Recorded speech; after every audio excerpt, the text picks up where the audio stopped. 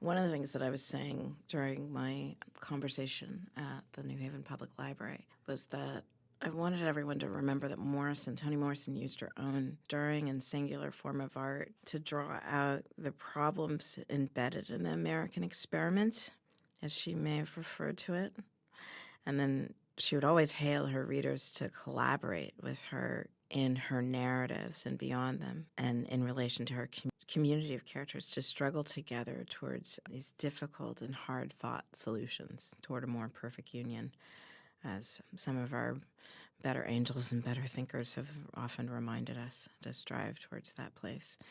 She had a lot to say about this subject, not just in her fiction, but in her nonfiction. There's an extraordinary lecture that she gave for Howard University's Charter Day, her speech from 1995 entitled Racism and Fascism, but also in her convocation speech from Oberlin College and Conservatory in 2009, and a lecture called Home. She says, quote unquote, "We see it," and this, by it, she means this kind of the breaking of the experiment, the breaking of the possibility of a more perfect union. We see it in the defense of the local against the outsider, personal discomfort with one's own sense of belonging.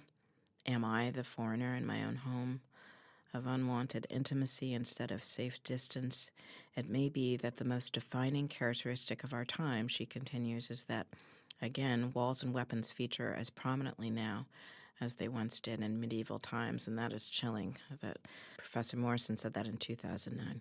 In addition to rebuking these kinds of poisonous tenets, she also had this very robust list of questions about democracy that my students and I tried to really track on throughout the semester that I had the privilege this past fall to teach a class on Morrison. Keys to a sustainable, more just, more human and humane way of imagining our shared endeavors as peoples entangled with each other before and beyond the nation state. So these are the steps that we laid out during our time together at the public library in December. Step 1, stay with the trouble. And as I mentioned during my talk, this is a line that I have to give entire credit to the great Professor Donna Haraway. She, a Yale alum, distinguished Yale alum who received a Wilbur Cross Medal here on campus a few years ago. She passed out buttons with this slogan. It was a little bit enigmatic, but also really thrilling. And I was thinking that for Morrison, we could think of staying with the trouble as a way of being ready to dissect the thing. Her first narrator, Claudia, in her debut 1970 novel, The Bluest Eye, is committed to pursuing, tackling, taking apart, trying to understand, presumably in order to diffuse it, destroy it, do away with it. What she's really talking about is white supremacy, misogyny, classism. How can we dissect the thing? All of those things are the thing, right, that creates these forms of gross and violent disparity at the level of, racial, gender, class inequality, ableist inequality, sexual identity inequality. So stay with the trouble in trying to question that thing that gets in the way of moving us towards a more perfect union. Step 2, see me, hear me, feel me. I was saying that the moral economy of Morrison demands that we disrupt the racial mythologies that really intervene in curiosity and intimacy, and instead foster alienation and fear and repulsion. So see me, hear me, feel me is really, the easiest kind of catch-all way of reminding ourselves to stay connected to whomever we encounter as being fully human and being able to handle their humanity with care. See me, hear me, feel me.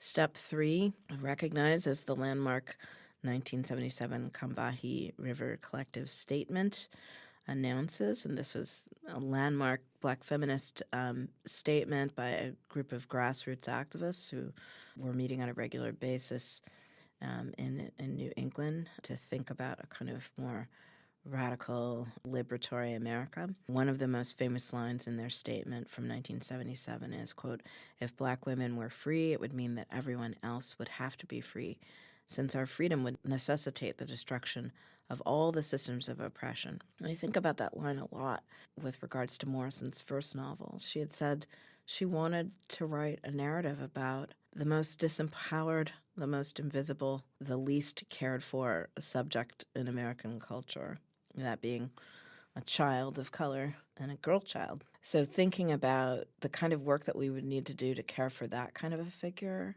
is also a way to imagine a restructured American culture that then has to care for everyone, since we've now reordered our attention to care for the absolutely least powerful. Step 4, recognize the chronic exploitation of women. In her stunning novel, A Mercy, Morrison is thinking about the ways in which, nearly a century before the founding of this country, we can still see the seeds of hegemony and systemic order taking root. So Morrison wants us to know in A Mercy that women are still regarded as easy prey since the founding emergency in this country. Mercy is set in 1690. It closes with the testimonial of a captive mother articulating the condition of no choice with regards to claiming sovereignty over her body. So we want to be able to think about that long trajectory of the subjugation of women and how that long history is entangled with the birth of this country. And step 5, of course, recognize the social construction of race and its entanglements as well with New World capitalism and wealth, and the unmaking and lasting subjugation of people. This is a topic that is the scaffolding for all of Morrison's work.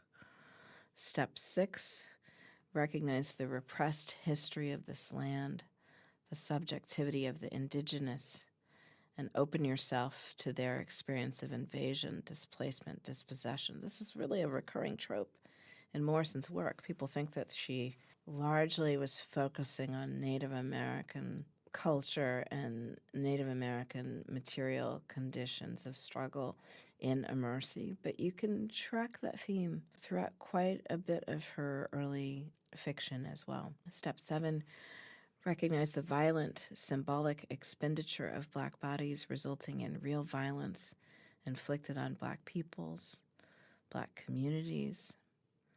Step 8, recognize the trauma of settler colonialism.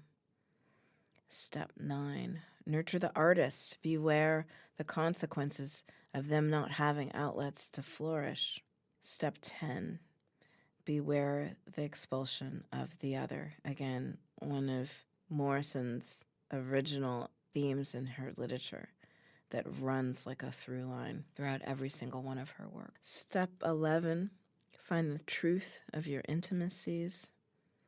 Step 12, reckon with the ravages of displacement, the trauma of the dispossessed and the abandoned, the tyranny of land as that which is to be owned, controlled as a means to holding power over peoples and communities. Step 13, recognize the power of innovation and invention resulting from Black displacement, dispossession, abandonment. Step 14, hold precious the quality of mercy. So we have her novel, A Mercy, but mercy is a trope and a moral concept that we see across many, many of Morrison's works, from Song of Solomon to Beloved to one of her later novels, Love.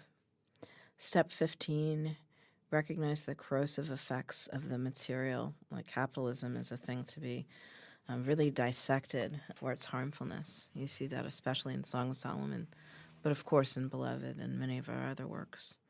Step 16, know your kin, know where you came from. Step 17, find a higher relationship with the land, with your environment. Step 18, practice radical, intimate reciprocity. So again, these ideas of being able to regard the human, to regard the subjectivity and fullness of the other whom you encounter in the world, being able to reciprocally hold on to the connection between that other, that person who should be hopefully a familiar to you as opposed to a stranger, is something very potent and alive in Morrison's fiction. Step 19, recognize wounded kinship and address betrayal. Find room to address it mourn it, imagine that which cannot be repaired, but which we might grow from recognizing and articulating those kinds of fractures. Step 20, address the repressed past. We know this to be so crucial to Morrison's vision of a kind of newly reimagined America. We see it arguably most powerfully in Beloved, but it's a trope that recurs throughout her work. Step 21, address the trauma of the past. Step 22, imagine class alliance, what that might look like. Step 23, think of love as a whole body reclamation. And remember that that reclamation of your body is linked to a desire to affirm the body as home, as a home that you can live in comfortably and safely and richly. Step 24, abolish the dehumanization of the other. Step 25, recognize the extent to which Black exploitation fuels the body politic and critique the invention and power of whiteness. Step 26, remember your contract with your people. Step 27, recognize the perils of patriarchy and its entanglements with capitalism. Step 28, recognize the ambitions and desires of women, even and especially the marginalized and discarded ones. And I'm putting scare quotes around discarded. That was a word that Morrison sometimes used critically to think about sex workers, homeless women, all sorts of pariahs, work around the edges, the powerful edges of much of her fiction. Step 29, question the oppressiveness of religion. We see that in Paradise, arguably one of her most formalistically challenging works, and a work that has much to say about different forms of spirituality and spiritual reckoning. Step 30, protect the children and especially the girls. Again, it's maybe the most consistent theme in Morrison's literature, just as much as Black liberation is. Step 31, address and repair the wounds of Black masculinity. Step 32, imagine shared spaces of being and healing. Step 33, use literature as a means to forging potent intimacies. Step 34, wage peace and reject the military-industrial system. Step 35, read, value, protect literature as an art form. Step 36, develop liberation curricula. And step 37, remember that a more perfect union is in our hands.